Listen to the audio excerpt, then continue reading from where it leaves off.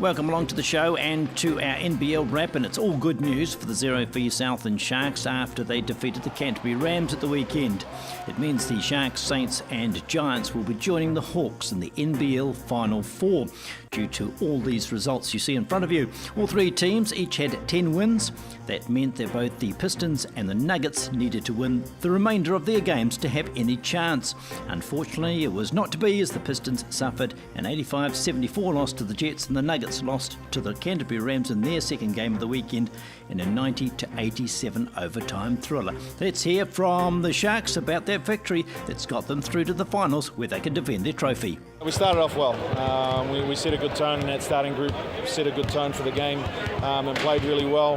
I don't know if I've been a bit of a perfectionist or picky at our performance, but the way we finished that second quarter, the way we started the third quarter, I just think we relaxed a little bit. And we've been speaking about as a team and as a group to have high standards and high expectations on each other.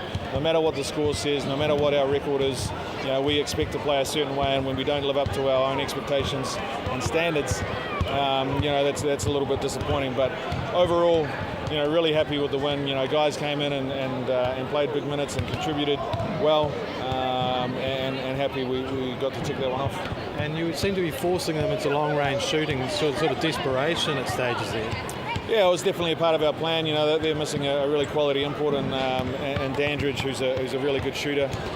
So sort of taking that out of their team, hurts them a little bit. But Ethan Ruspatch stepped up and played a really good game. I thought it was probably his best game of the season and showed some nice outside touch. They were missing guys as well. So Richie Edwards, who had a bit of a stand down, who's been putting up big numbers. So we're going to have to face a better and improved team in Canterbury next weekend. And you gave Paul Hanare a few minutes as well. Yeah, got him on the court for the first half, but as I said all along, it's more just here to sort of rest guys if they need it and come in and contribute in any way I can. It's more about just having an extra body there if needed. Okay, let's talk about the next couple of games in the Giants and again the Rams. Really tough battle for us in both games. Now some Giants, they'll be fighting and scrapping for their playoff lives on their home floor. Very tough to beat on their home floor. And Canterbury Rams, they'll be hurting from this loss, and also it'll probably be their last home game of the season. So, as we wanted to go out on a high here tonight, they'll be wanting to do that, Saturday week. So, it's going to be a tough ask, but if we want to play in Wellington, we want tough assignments and tough games to hopefully get us ready for Wellington.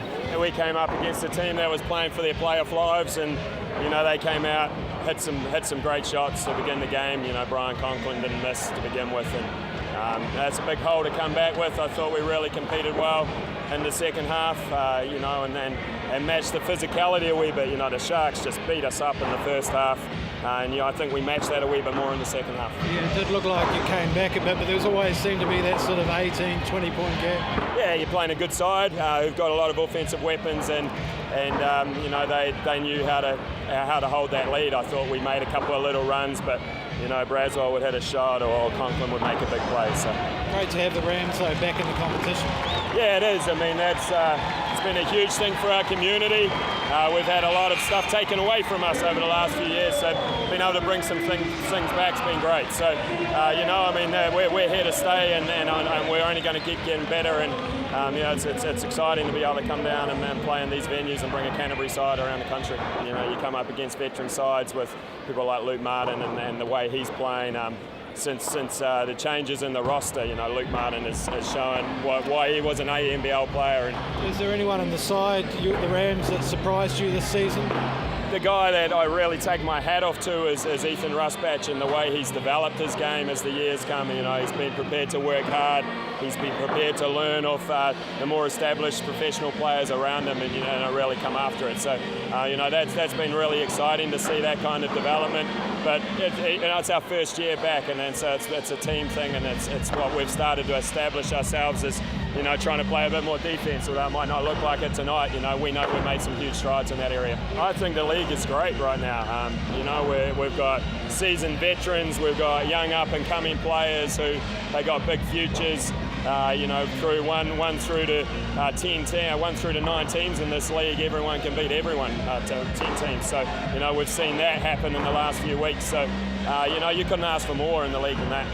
They've been playing well the last couple of weeks. They beat a team that we needed them to beat, Waikato, twice in 1 week. So we knew that they were going to come in here and play. They're not really playing for anything right now but pride, and those are the dangerous teams when the players can go out and just show the coaches that, hey, you should have played me more, or building on for next season. That's when it can actually hurt you. I mean, they got a lot of talent, as you can see. So we knew we were going to be in for a fight.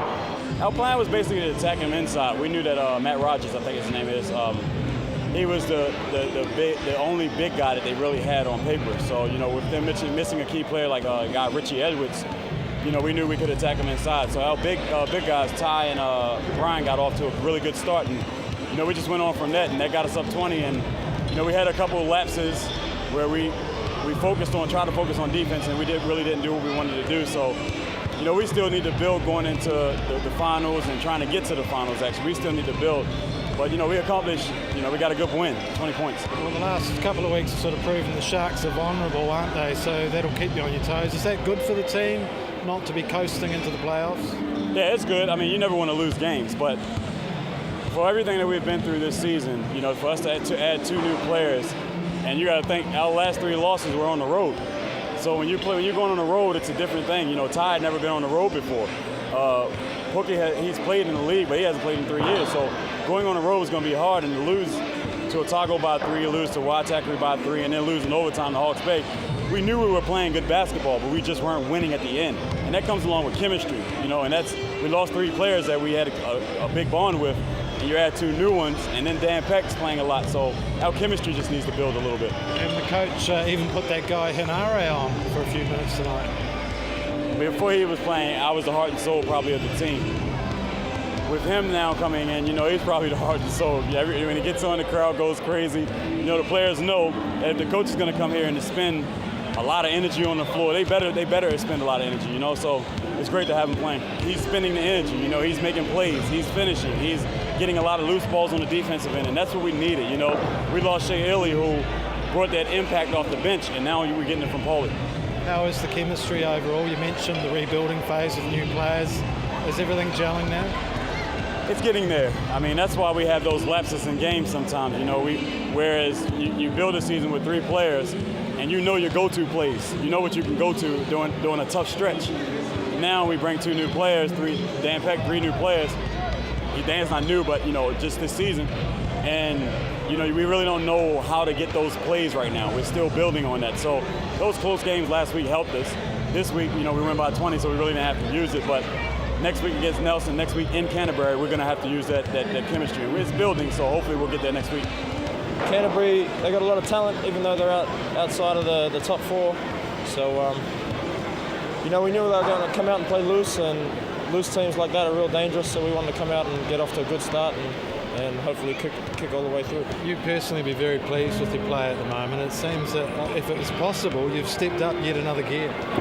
I guess just extra responsibility with Leon, Ruben, and Shea being out. There's a bit more opportunities there, so just got to try and make the most of those and get to the finals weekend. We're still fighting. We play these guys next week and then finish the regular season against Nelson. So we need to, we want to win both those and carry some good form in the finals weekend. So the table shows only the 4 teams can now make the playoffs, with the final matches for the zero-fee Southland Sharks determining their final position, as well as providing useful match play prior. The Nuggets and Pistons will be ruining close losses, counting against them, while slow starts also cost those in the lower reaches of any genuine chance of making the cut. All teams ended up competitive though, sure to make for an even tighter competition in 2015.